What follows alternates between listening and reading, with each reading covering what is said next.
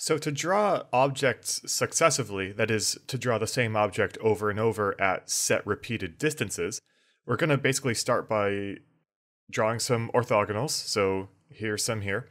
And then we take the first of our objects, in this case a pole, and we're going to put the first instance here. And that's at its full height. And we put the last instance at the back, way back there. And we simply create a line from the bottom of one to the top of the last one. And we do the same from the bottom of the furthest one to the top of the closest one. Where these two lines intersect is the exact middle between these two. So we just simply draw another one there. And we'll do this over and over. We'll go from the top to the bottom. We'll basically subdivide these spaces by crisscrossing these lines from the tops and bottoms of each new object that we add. And every time that we do this, we are introducing another instance of this object in perspective. And each one is perfectly mathematically the same distance from each other given the perspective of the scene.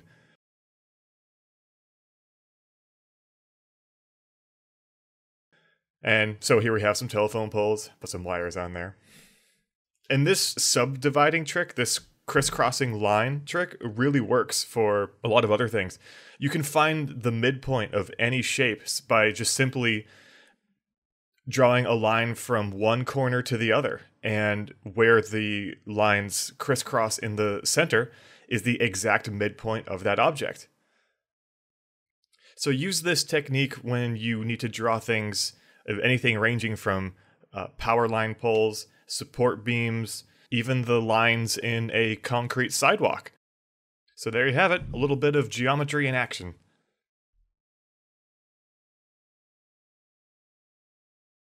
So here's an interesting concept.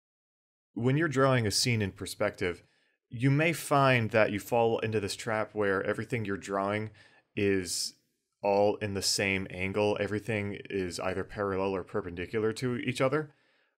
So you can give objects their own unique vanishing points. As you can see right here, I'm about to add these two vanishing points. There's one right there and right there. Change their color just so you can see them better. And these are completely independent temporary vanishing points that are going to be used for just this one box that I'm going to add. And so this box is rotated in comparison to the other one, but it's still in proper perspective given this scene. So there it is sitting there, not perpendicular nor parallel to the other box. So let's add one more.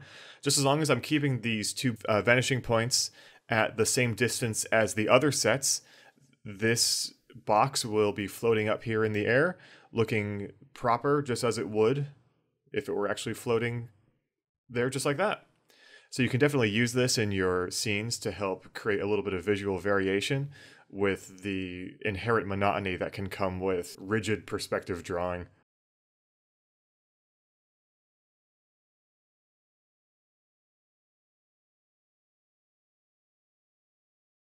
So here's a fun trick for drawing circles in perspective.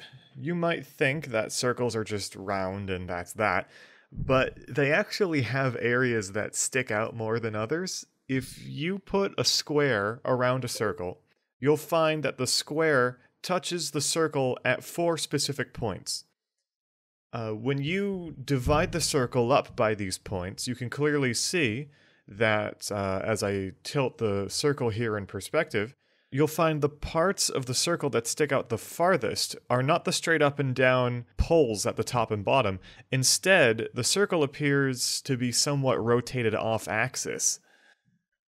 This basically occurs because those 4 points around the edge have moved in relation to each other, so they're no longer the same distance anymore. So knowing that you can just put a square around a circle, it means that drawing a circle in perspective is really just as easy as drawing a square in perspective. So once you draw a square at an angle, just divide it in half by height and width, so you end up with this 2x2 grid on the surface of it. This 2x2 grid helps you visualize how steep or shallow the curve has to be in that area. So just as long as you make sure that the circle you're trying to fit within this square touches each of those midpoints in the grid, you should be able to come up with a pretty decent circle in perspective. Doing this takes a lot of the guesswork out of doing it just pure freehand, and it may take more than a couple tries to get it right the first time. For sort of less angled circles, ones that you're looking a bit more forward on with, believe it or not, these ones can be a little bit tougher to draw than ones at extreme angles.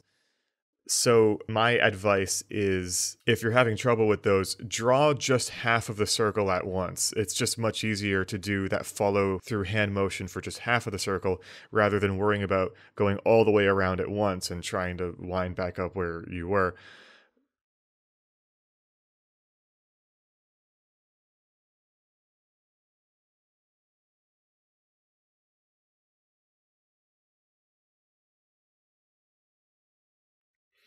As for drawing a cylinder in perspective, it's really pretty much as easy as just drawing a long box, just normally in perspective, and then dividing each end of the box in half with that 2x2 grid, just like you were doing with the circles, then drawing a circle in each square, and then connecting those two circles together by their two most farthest points. Just erase the leftover bits, and there you go. You have a cylinder. So I hope this trick helps you out with anything that you might be planning for your scene, and I'll see you again in one of these other tip videos.